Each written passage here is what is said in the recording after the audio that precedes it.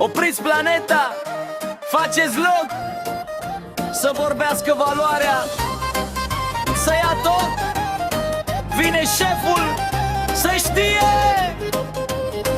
Pentru George, numărul 1.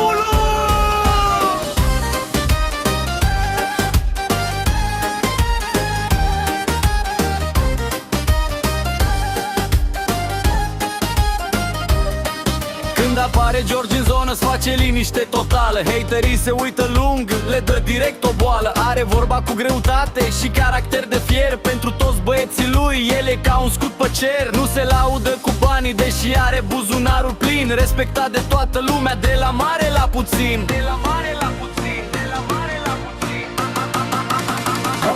Șeful George are stil, e numărul 1 în top.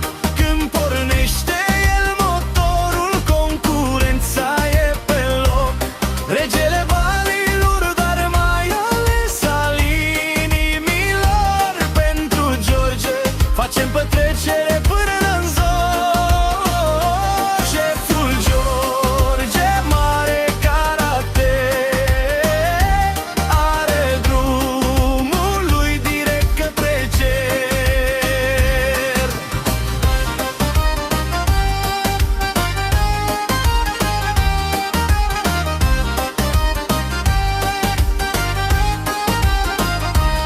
Nu-i place vrăjeala ieftină, el vrea doar fapte mari. A ridicat în jurul lui o armată de militari. Cine-l știe îi dă respect, nu se joacă cu cuvântul. Când promite George ceva, se oprește chiar și vântul. Haterii să stea la rând, că n-au cum să-l ajungă. La valoarea lui George, lista e prea lungă. Lista e prea lungă, lista e prea lungă. Șeful George are stil, e numărul 1 în top. Când pornește el motorul, concurența e pe loc. Regele banilor, dar mai ales al inimilor. Pentru George facem petrecere până în zor. Șeful George, mare caracter,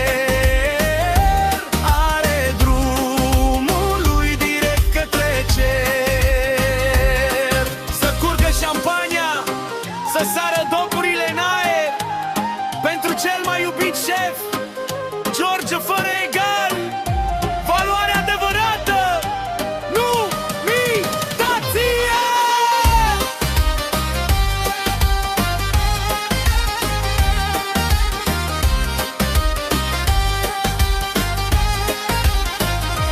Șeful George are stil, e numărul 1 în top.